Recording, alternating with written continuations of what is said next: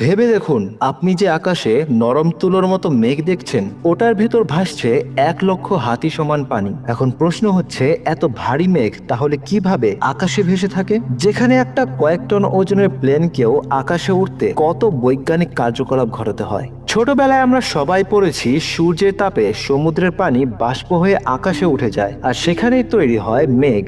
এটা তো খুব সহজ শোনায়, তাই না? কিন্তু একবার ভেবে দেখুন, যে মেঘটা মাথার উপর ভেসে আছে সেটার আয়তন কত, আর তার ভেতরে ঠিক কতটা পানি লুকিয়ে আছে। শুনলে আসলে অবাক হবেন, এই নরম তুলোর মতো মেঘের ওজন কিন্তু হাজার হাজার টন। তাহলে এত ভারী কিছু আকাশে ভেসে থাকে কিভাবে? একটা সাধারণ কিউমুলাস মেঘ, যেটা আপনি রোদেলা দিনে আকাশে দেখতে পান, এগুলোর প্রস্থ সাধারণত 1 থেকে 2 কিলোমিটার, আর উচ্চতাও ওই 1 থেকে 2 কিলোমিটার পর্যন্তই হতে পারে। মানে এগুলোকে দেখতে মনে হয় ছোট ছোট মেঘ যা মাথার উপর দিয়ে উড়ে যাচ্ছে।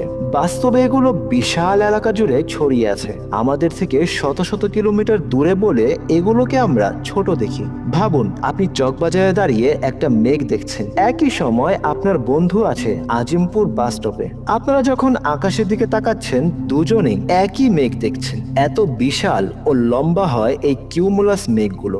একইভাবে চকবাজারকে যদি একটা বিল্ডিং এর নিচতলায় কল্পনা করি, আর ওই বিল্ডিং এর ছাদে রাখি আজিমপুরকে, তাহলে উচ্চতা যেরকম হবে, একটা কিউমুলাস মেঘের উচ্চতাও ঠিক সেরকম।